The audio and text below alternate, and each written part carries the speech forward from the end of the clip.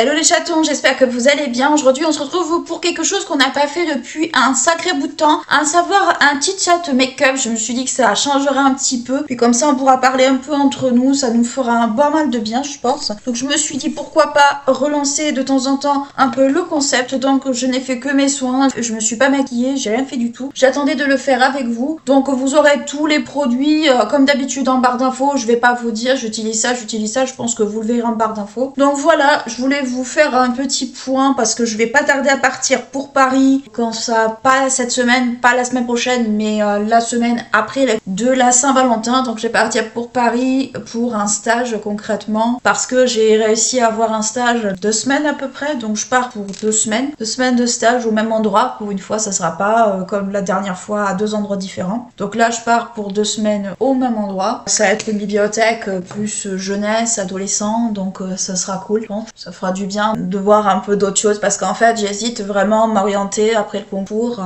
en patrimonial ou alors en bibliothèque de jeunesse parce que j'aime bien les deux et j'avoue que je suis partagée. En ce moment c'est vrai que je fais pas mal de trucs, je suis pas mal en formation jusqu'à, je pense que ça va durer au moins jusqu'en juin à peu près, je pense grosso modo. Puis voilà un peu, je me suis dit que ce serait bien un peu de vous en parler pour faire un topo. Par rapport aux cours, bon je donne toujours mes cours bien entendu à côté, je n'ai toujours pas riche comme Crésus, donc je donne toujours mes cours. Alors c'est vrai que pour beaucoup, certaines personnes me disent ouais ça gagne pas des milliers et des cents, c'est pas top comme boulot. En attendant ça dépanne, je trouve que ça permet aussi de se faire un peu d'expérience professionnelle, même si c'est pas l'expérience rêvée, c'est quand même bien d'avoir une petite expérience professionnelle aussi, surtout avec les ados. Enfin les ados on sait très bien que c'est pas toujours la... Alors après ça dépend des gens honnêtement, ça dépend beaucoup des gens, mais on sait des fois que c'est pas toujours la période la plus sympa de la vie, que c'est beaucoup de problématiques, de remise en question, tout ça. Je regarde si je fais pas de boutons.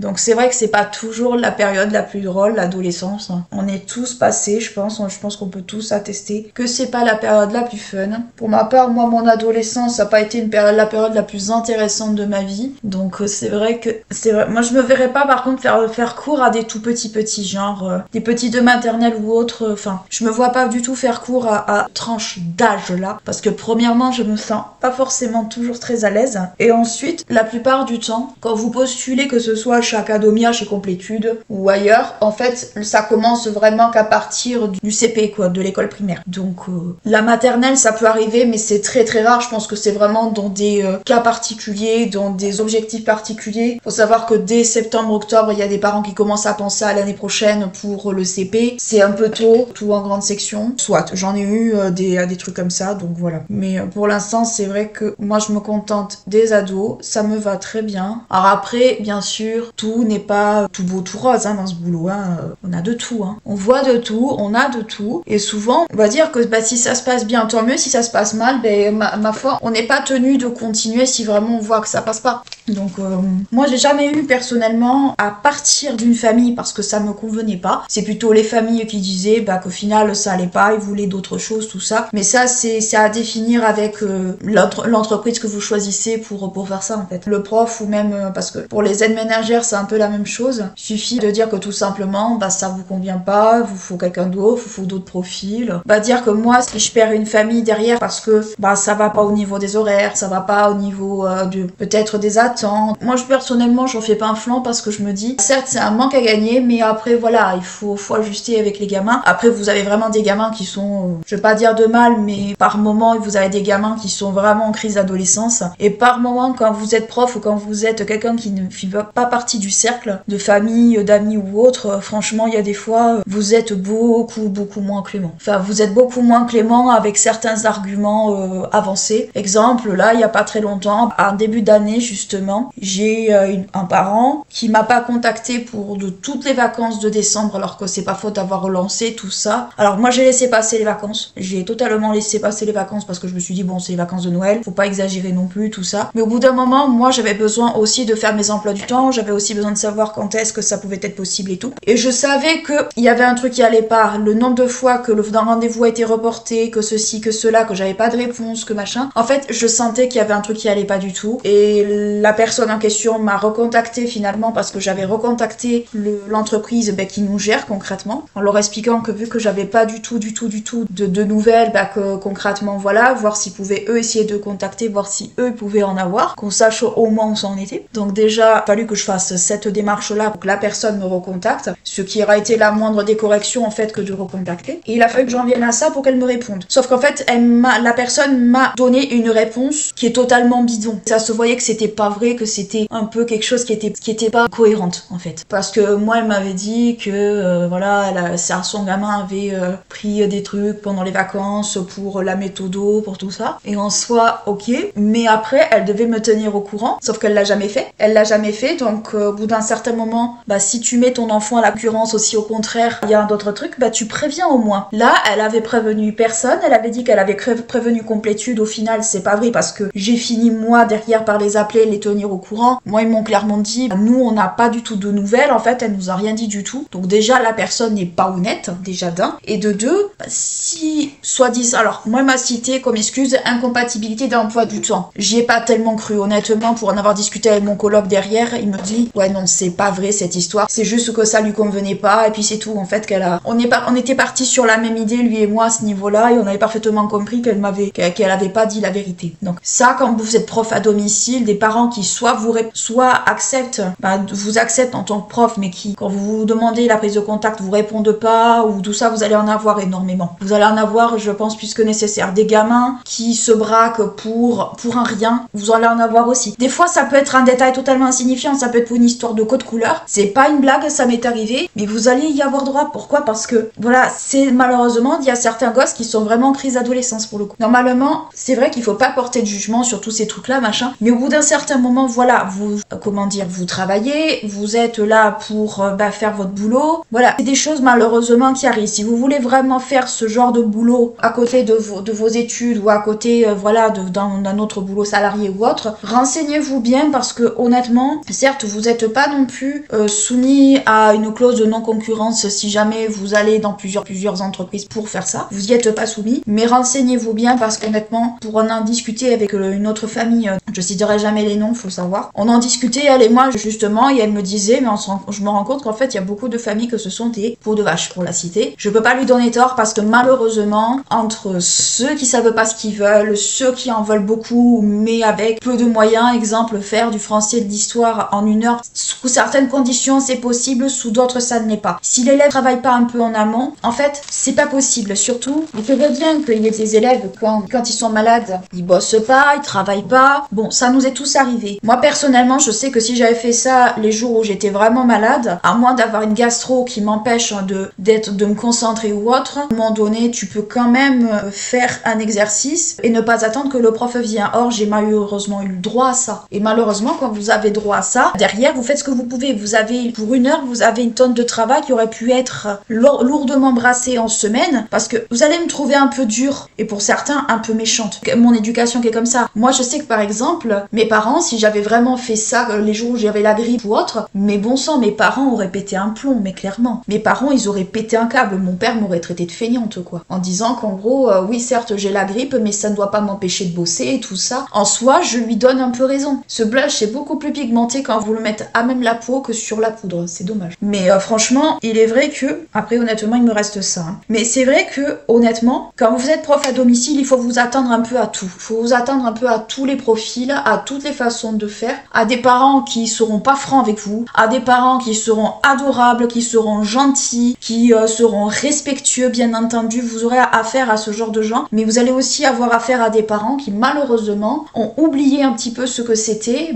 d'être courtois, d'être franc, de dire la vérité aussi, de prévenir les gens. Il y a des personnes qui, malheureusement, alors je le découvre pas, hein, je vous rassure, je ne découvre pas ça, mais je me rends compte aussi que si on veut que les gamins soient polis, il faut d'abord commencer par nous en tant qu'adultes déjà. Moi je sais que quand j'étais en Bibli, par exemple en stage, il y avait des gamins qui, quand ils s'adressaient à nous disaient ni bonjour ni rien. Moi j'impose le bonjour, quoi, parce que j'estime que c'est pas facultatif en fait. J'estime qu'à un moment donné, c'est pas parce qu'on est à ton service ou à votre service qu'on doit automatiquement ne pas nous montrer du respect. Ça pour moi c'est un truc qui ne marche pas. Je suis peut-être un peu psychorigide pour le goût de peut-être de beaucoup de gens, mais en même temps j'ai envie de dire, c'est pas un défaut d'être psychorigide. c'est lourdement peint. Un défaut, c'est juste qu'à un moment donné, on a eu une éducation, nos parents nous ont donné une éducation, nos grands-parents aussi, tout dépend des gens. Et je trouve qu'en fait, cette éducation, elle se perd en fait au fil du temps. Elle se perd, on oublie les règles de politesse, on oublie que le bonjour, merci, au revoir, c'est pas optionnel. Surtout que on n'est pas leur pote, on n'est pas leur copain. Il faut avoir, je pense, un minimum, faire un minimum de choses. Or, de ce que moi, des fois, je vois, c'est que malheureusement, des fois, le minimum n'est pas fait. Et moi, je me dis que des fois, les gamins sont pas toujours fautifs, les parents aussi. Déjà, en tant que prof à domicile, moi, je le vois. Moi, je vous dis, j'ai eu affaire à des parents qui se décarcassent pour payer des cours à leurs gamins, pour qu'ils aient des résultats, pour qu'ils s'en sortent bien dans la vie. Oui, j'insiste beaucoup sur le blèche parce que, vu qu'il y en a plus beaucoup, en fait, que j'ai été obligée un peu de le casser, la pigmentation, c'est pas trop ça. Après, je repasserai un peu avec le gros pinceau. Mais globalement, voilà, c'est pas pour me plaindre ou quoi que ce soit, c'est juste qu'en fait, si vous êtes étudiant, que vous me regardez et que vous voulez vraiment vous lancer là-dedans, que vous voulez un complément de revenu, soyez conscient que vous n'allez pas toujours tomber sur des gens qui sont, on va dire, bienveillants. Moi, de toute façon, j'ai un père qui travaillait dans le transport scolaire, donc je savais à quoi m'attendre aussi.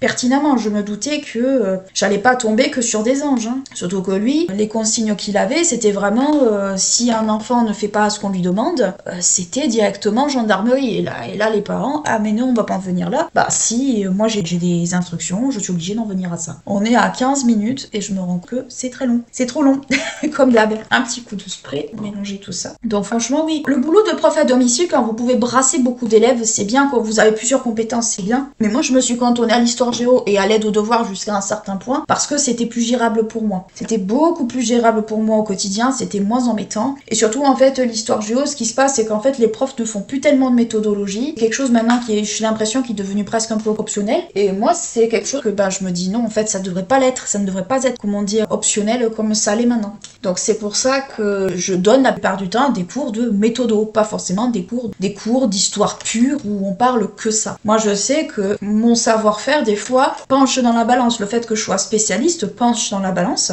Alors, je suis pas pédagogue, je n'ai pas un profil professorat des écoles ou autre, mais je sais que ça fait partie des choses qui penchent dans la balance. Je sais que, par exemple, les vidéos podcasts qui sont un sacré bazar en ce moment, pour rester poli, c'est aussi quelque chose qui pèse dans la balance parce que le savoir derrière, il y est.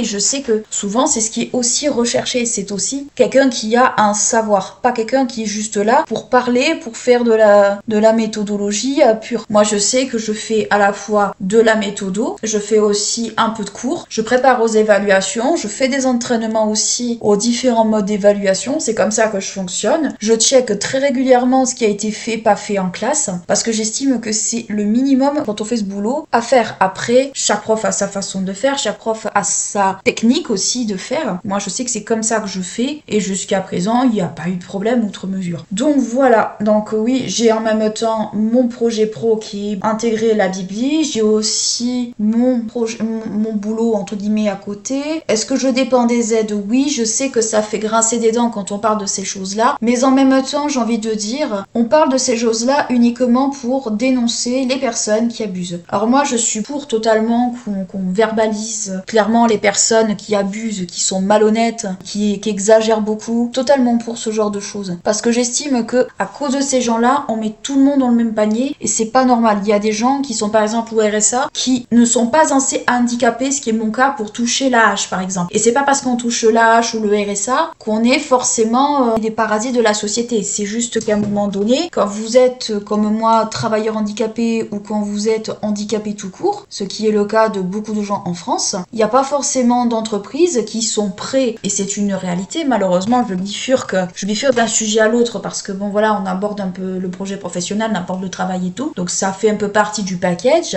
Toutes les entreprises ne sont pas prêtes à accueillir des salariés handicapés. Il y en a que oui, il y en a d'autres que non. Il y en a qui préfèrent payer des amendes. Je ne citerai pas les entreprises parce que sinon je peux être attaquée en diffamation, mais je sais par une source que tout simplement, lui il est en fauteuil, il a beaucoup de problèmes. Moi il m'a dit qu'il avait fait un stage dans une certaine grosse entreprise et qu'on lui a clairement fait comprendre que jamais il sera embauché chez eux à cause de handicap. Il y a des entreprises qui ne s'en cachent pas malheureusement, et c'est une vérité. Mais c'est comme ça, c'est la tristesse de ce monde. Sans compter que quand vous êtes travailleur handicapé, selon l'handicap que vous avez, parce que les handicaps invisibles, ça existe, par exemple les handicaps mentaux, ou des handicaps par exemple au niveau du dos, ce genre de choses, des choses qu'on ne voit pas, tout simplement, si on ne le sait pas ou qu'on ne vous voit pas, ou même qu'on le sait et qu'on est un demeuré fini, bah malheureusement c'est des choses qui ne passent pas. Vous aurez toujours des collègues qui vont vous dire oh ben t'es pas si handicapé que ça puisque tu fais ça. Mais handicapé ne veut pas dire assisté, ne veut pas dire on ne sait plus rien faire. Ce qui est faux. Il y a beaucoup d'handicapés, que ce soit mentaux ou pas mentaux ou physiques.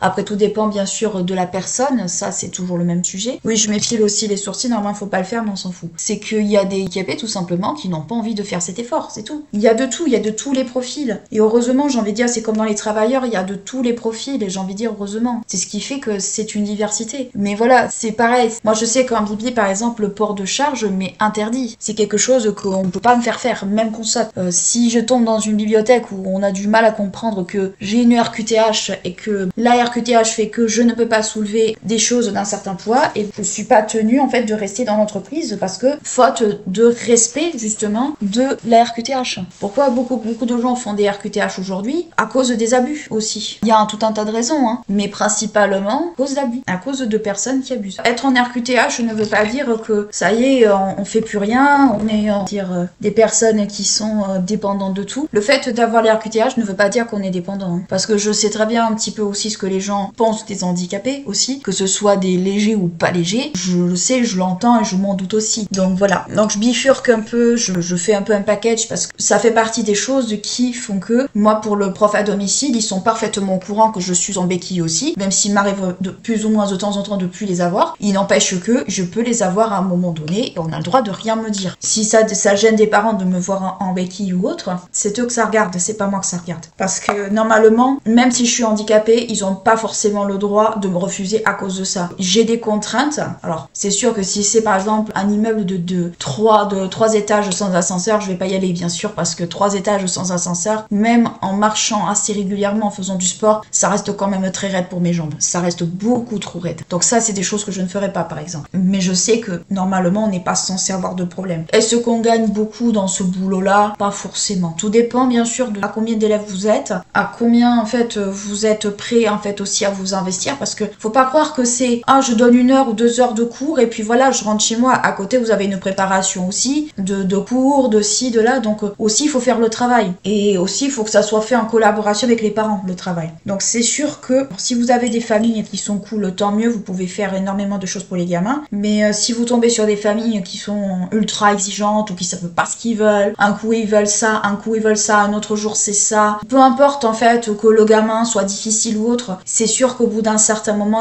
il faut vraiment se sentir. Moi je sais qu'il y a certaines familles, même si c'était la dernière famille avec laquelle je devais bosser, je ne le ferais pas parce que leur gamin, alors là pour le coup c'est vraiment, ça vient vraiment des gosses, parce que leur gamin concrètement, moi non, je les gère pas clairement. Franchement, on voit que c'est aussi un problème de génération. Alors je bifurque un peu, mais c'est un peu dans l'ensemble, c'est aussi un constat que je fais avec vous aussi, c'est qu'il y a aussi un gros problème de génération. Exemple, moi je vois les gamins qui sont très accros, quoi. Une fois que le cours est fini, ou même avant le cours, ils ont le portable à côté. Moi je demande à ce que le portable soit ailleurs aujourd'hui. J'ai eu une élève, j'ai fait qu'un cours, mais honnêtement, je sais qu'au prochain, ça ne l'aurait pas fait clairement. Elle avait le portable à même pas les 20 cm d'elle. Et toute l'heure, il était en train de biper, de biper, de biper. Ça arrive qu'un portable bipe pendant 1 fois, 2 fois. Mais là, c'était constamment. C'était constamment, c'était intempestif, c'était pénible. Ce qui faisait qu'à un moment donné, je me disais au prochain cours, je lui demande soit d'éteindre, soit de le mettre ailleurs, parce que moi, premièrement, ça me gêne. Deuxièmement, c'est un manque de respect. Troisièmement, ça ne favorise pas la concentration. Moi, franchement, aujourd'hui, suite à cet épisode, bon, l'élève en question, je l'ai plus, hein, et honnêtement, je suis bien contente de plus l'avoir. L'épisode, maintenant, je demande à ce que le téléphone soit toujours éteint. Soit dans une autre pièce, soit éteint. Ça plaît, tant mieux, ça ne plaît pas, c'est pareil. Même aux parents, je leur dis, par contre, moi, le téléphone, c'est éteint, par contre, pour la simple raison que ça n'aide pas la concentration, que moi, j'ai eu des précédents, et qu'au bout d'un moment, ça gêne énormément. Les gamins, de toute façon, pour moi, quand ils sont en cours, quand ils ont la chance d'avoir des cours particuliers, le téléphone, pour moi, ça doit pas rester dans les environs. Parce que ça les empêche de se concentrer, ça les empêche, en fait, d'apprendre correctement. J'ai eu droit qu'un seul problème avec ça, mais un seul problème qui fait des suites. Avec moi, c'est comme ça que ça marche au bout d'un moment. C'est-à-dire que moi, à partir du moment où j'ai un problème avec ce genre de choses, bah oui, en l'occurrence, je dis après, bah je ne veux pas le téléphone à côté. Parce que quand vous êtes en cours, vous n'avez pas besoin du téléphone normalement. Moi, pour moi, le téléphone, ça va quand vous avez fini le cours, quand on a terminé, quand les exercices, les leçons sont apprises, que les contrôles sont corrigés, que les devoirs maison sont faits et tout. Moi, c'est qu'à partir de là que le portable portable, éventuellement je dis rien. Mais quand rien de tout ça n'est fini, je dis bah non, en fait le portable tu le laisses ailleurs. Ça fait genre la meuf extrêmement, je me doute bien qu'il y en a qui vont me dire oh ça fait la meuf extrêmement relou. Mais mettez-vous un peu à la place de vous payer quelqu'un pour faire court à votre enfant. Votre enfant laisse son téléphone à même pas 10 cm. Ça sonne, c'est intempestif. Il se retient d'aller voir les notifs, hein. Mais n'empêche que les notifs, ça bip, ça bip. Au bout d'un moment, vous êtes en droit de dire non, faites le portable, moi j'en veux pas. Je suis pas là pour ce genre de choses. Moi je sais que j'ai demandé, avant de faire ça, j'ai quand même demandé à l'entreprise qui gère justement les cours, qui met les annonces et tout, que je vais le dire, j'ai demandé à Complétude tout simplement si moi je pouvais demander à ce que les portables ne soient pas présents pendant les cours. Ils m'ont dit vous pouvez le demander, il n'y a pas de souci. Parce que je leur ai expliqué pourquoi je posais cette question, je leur ai expliqué la situation. Ils m'ont dit oui, si ça soit une fois de temps en temps, à la rigueur, bon, c'est pas grave, mais si c'est trop souvent, non. Là, c'est à vous d'imposer le cadre et si vraiment ça vous voyez que ça pose problème, et bien vous le faites. Donc il va de soi que j'aurais pas fait ça sans consulter bien sûr quelqu'un qui est au-dessus de moi. Je ne l'aurais pas fait sans demander à ma hiérarchie, bien entendu. Parce que demander aux parents déjà de faire ce genre de choses, je sais que ça surprend, hein. Souvent, moi j'ai remarqué que quand je demandais que le portable soit pas présent, il y a des parents que ça a surpris. Mais oui, en fait, c'est la base en fait. Les portables, quand les enfants ne s'en servent pas, ils doivent rester dans les chambres. Ils doivent pas être à côté. C'est non. Ouais, j'ai repris le recourbe-cils parce qu'en fait, je veux voir si vraiment j'arrive à me les recourber ou si j'arrive à prendre l'habitude. J'essaye un petit peu parce que j'en ai marre un peu toujours d'avoir les cils droits. Mais de toute façon, je sais que la courbure ne va pas tenir. Je le sais, mais je le fais un peu pour essayer de vaincre un peu cette crainte au niveau des yeux que j'ai à ce niveau-là. Donc voilà ce que moi je peux vous dire. Encore une fois, si vous voulez vous lancer dans le professorat à domicile, c'est bien parce que ça peut être relativement souple. Maintenant, il faut le faire en fonction de votre emploi du temps aussi. Si vous êtes au chômage ou que vous êtes au RSA par exemple, oui, ça peut toujours être une bonne alternative, même si il faut pas vous faire d'illusions, vous n'allez pas gagner 100 € par heure. Hein. Vous allez gagner des fois une vingtaine d'euros ou une trentaine d'euros selon la distance, selon le niveau. Je sais que Complétude par exemple c'est ça, mais il faut pas vous imaginer que vous allez gagner des fortunes, ou alors il faut que vous fassiez ça tous les jours. Je sais qu'il y en a que c'est le cas. Je sais qu'il y a des profs à domicile qui font que de ça, que du domicile, et qui eux font ça tous les jours. Pourquoi? Parce qu'ils gagnent des fois peut-être mieux leur vie aussi. Alors après tout dépend. Oh, je me suis mis du mascara sur le nez, c'est très intelligent. C'est très intelligent, je vais attendre que ça sèche avant de l'enlever. Même je m'en suis même mise là, c'est merveilleux. J'essaie un peu d'intensifier un peu plus mes cils parce que je me rends compte qu'en fait j'ai les yeux toujours un peu plombés. En vidéo c'est assez moche. Bon là j'attends juste avant de gratter. Donc pour les lèvres, en fait j'avais envie de tester aussi cette nouveauté avec vous. On change un petit peu de sujet. Donc ça c'est les Fenty Icon Velvet Lipstick. Velvet Lip. Et je me suis dit, enfin Velvet Liquid, je vais arriver à parler. Et ça je l'ai eu dans un coffret de Noël que j'ai acheté en vente privée sur Sephora. Je l'ai acheté là parce que je voulais l'acheter pendant Noël, mais j'ai fait le choix d'abord du bénéfice parce qu'il était beaucoup plus, on va dire, essentiel pour moi que celui-là. Donc je l'ai acheté pour Noël et celui-là je l'ai acheté pour les ventes privées parce que tout simplement je trouvais que c'était plus sympa. Ouais. Il y en a qui trouvent que la poudre Fenty a la sèche d'eau. Bah, après c'est sûr que si vous la diffusez pas un peu ou que vous mettez pas un spray ou une brume derrière, c'est sûr qu'elle fait un peu sec. Après moi ça me dérange pas plus que ça parce qu'elle me fait pas trop de réaction ni rien. Donc à la rigueur je me dis il n'y a pas de bonne bête sans défaut. Voilà, je m'en contente et je ne râle pas dessus parce que moi il y a des poudres que je trouve trop chères pour ce que c'est. Et la Fenty fait partie de ces poudres les plus rentables qui existent. Donc j'ai envie de dire je ne me plains pas trop. Je vois que mon anti-cerne il a pas filé. Pour les lèvres, donc je vais partir sur le Fenty. Donc c'est la teinte Riri. On va tester. Sur la bouche, je le trouve par contre, on dirait qu'il est mousseux ce truc. On dirait qu'il est mousseux. Je le trouve assez joli. Après je vais pour changer un peu de sujet parce qu'on a parlé beaucoup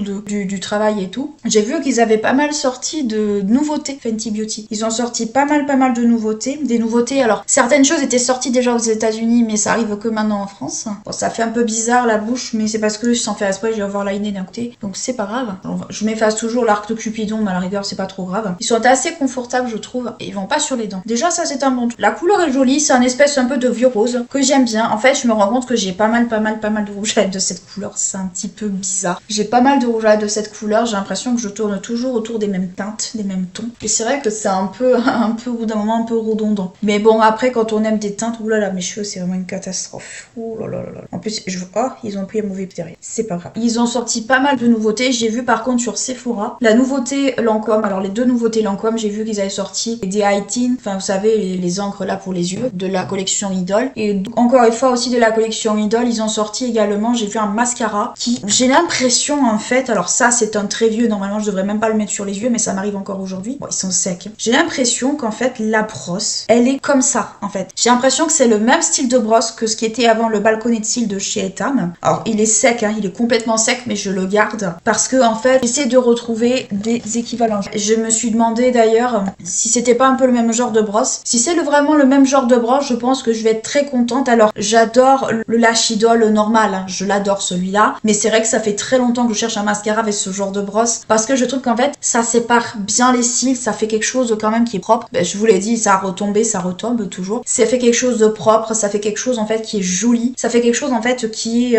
alors ça fait un peu un effet naturel, mais je trouve qu'en fait quand vous avez du mal à séparer vos cils, je trouve que ça aide bien. Donc ça, ce n'est que mon avis, ce n'est qu'un constat que j'avais fait sur moi, mais ça faisait partie des produits que j'aimais bien. Donc voilà pour aussi pour les nouveautés. J'ai vu que le nouveau savon Cherry de chez Fenty Skin est sorti. J'ai vu la collection pour cheveux. Alors j'ai vraiment très hâte de tester Fenty Hair parce que honnêtement les produits cheveux en ce moment je suis en train d'en tester pas mal. J'ai vraiment envie en fait de renouveler un petit peu aussi mes produits cheveux, tester de nouvelles choses. Alors je teste beaucoup moins qu'avant, mais si vraiment j'ai envie de tester ça, je pense que je vais rester un peu sur les marques que j'aime bien aussi. Il y a des marques que j'aime toujours autant, mais beaucoup moins parce que soit j'adhère pas maintenant aux nouveaux produits qui sortent. Exemple Too Faced, ça fait très longtemps que j'ai pas acheté de produits Too Faced parce que entre les lip injections, entre le fait qu'ils aient enlevé des palettes qui sont cool, en fait l'ADA de Too Faced aujourd'hui je n'y retrouve plus. En fait ça me correspond plus, je me rends compte. Je trouve aussi que les prix ont beaucoup flambé. Exemple celui-là, avant il valait 29 € à peu près pour 15 ml, donc celui-là c'est encore un 15 ml, mais sachez qu'aujourd'hui sur Sephora, alors, ils vous le vendent 35 € pour 13,5, donc 29 à 15 et de l'autre côté 13,5 35. Donc vous comprenez un petit peu pourquoi Too Faced c'est un peu aujourd'hui plus un désamour qu'autre chose.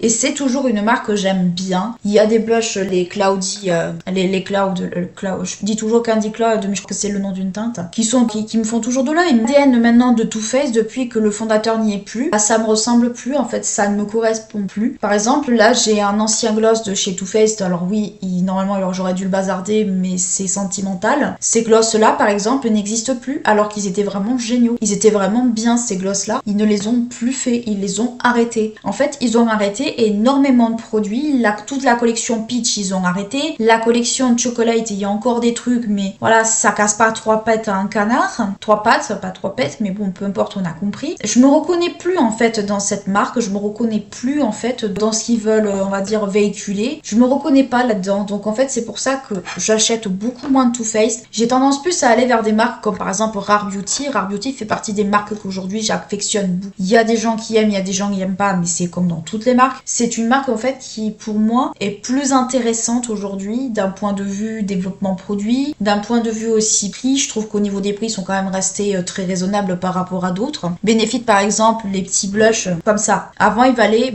19 €, aujourd'hui ils sont à 22. C'est aussi très exagéré alors qu'il y a beaucoup moins de produits qu'avant. Les palettes Huda Beauty, les petites, les palettes Huda Beauty comme celle-ci, alors ça c'est la Wild mais il y en a d'autres. Alors maintenant elle arrête les grandes palettes. La palette qui est sortie pour les fêtes, c'est la dernière grande palette qu'elle sort de ce que j'ai bien compris. Alors est-ce qu'elle va rester sur les petits formats qui se vendent mieux, qui sont plus intéressantes? C'est fortement possible. Mais par exemple, enfin les petites comme ça, le grammage a baissé mais le prix restait le même. Et il restait le même jusqu'à très récemment. Aujourd'hui elles sont à 33 € au lieu de 29 pour une quantité qui est beaucoup moins intéressante. Celle-ci je sais qu'elle avait pas été aimée, moi je l'aime bien personnellement. C'est la verte en fait, je l'apprécie assez. Mais bon ça c'est une question de goût. Mais je sais que par exemple c'est des produits que je ne rachèterai pas plus que ça. Qui en fait cette hausse des prix plus cette baisse de quantité m'a un peu refroidi en fait d'acheter ces produits là. Dites-moi en commentaire si vous aussi, alors peut-être que vous, ça vous indiffère, mais moi en fait ça fait partie des choses qui font que je n'ai plus envie d'être attirée par cette marque. Maintenant je vais plutôt vers des marques comme Fenty, vers des marques comme Rare Beauty, des marques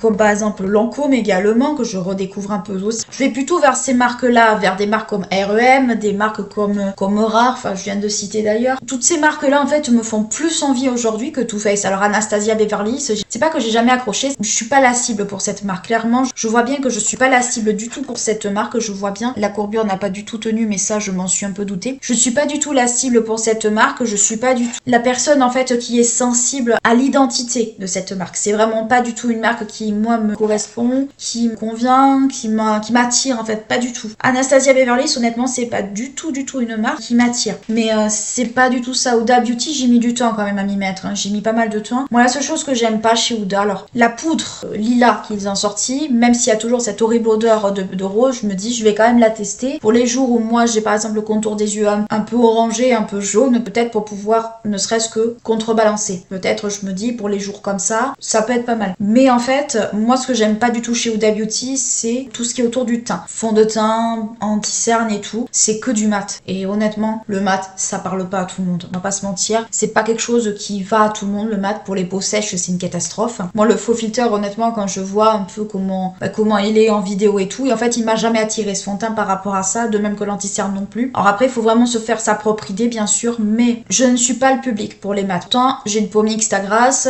à tendance déshydratée, les mats c'est ce qui m'irait le mieux, mais en fait je n'aime pas le rendu sur moi. Je n'aime pas ce rendu, je n'aime pas du tout cette espèce d'effet un peu plâtreux. J'ai jamais aimé ça et je pense que par rapport à cette chaîne, vous le savez, j'ai toujours préféré tout ce qui était hydratant, tout ce qui était un peu lumineux mais sans trop. J'ai tendance moi à préférer ça. En fait, tout ce qui est pour les peaux sèches, c'est ce que je préfère en fait. C'est bête à dire, mais c'est ça. Je suis pas fan en fait des produits, sauf pour la skincare. Je suis pas fan des produits pour peau grasse ou peau mixte. Je suis vraiment pas fan. J'ai l'impression qu'en fait, à part mettre une couche de plâtre en fond de teint, bah ça me va pas. À part certains fonds de teint que je connais bien, comme par exemple l'Accord Parfait, je l'ai mis il y a plusieurs années, mais de ce que j'ai pu en voir en vidéo, ça a l'air d'être un peu la même chose. Il faudrait que je le reteste honnêtement, ça fait partie des fonds de teint que je pense que je vais racheter quand j'aurai liquidé un ou deux fonds de teint. Quand j'aurai liquidé celui-ci qui ne se fait plus, alors la teinte n'existe plus, soit dit en passant, c'était la 008 beige opale, maintenant elle n'existe plus du tout. Et j'ai regardé les swatchs sur Sephora, là c'est un Lancôme. Ce qu'ils ont en fait pour ce fond de teint là, donc c'est le teint Idol Ultra Wear. Je trouve que même les teintes neutres en fait sont jaunes. J'ai l'impression qu'en fait c'est trop de sous-ton jaune maintenant ce fond de teint là, et ça me crève le cœur de devoir l'abandonner. Mais quand il va être terminé celui-là,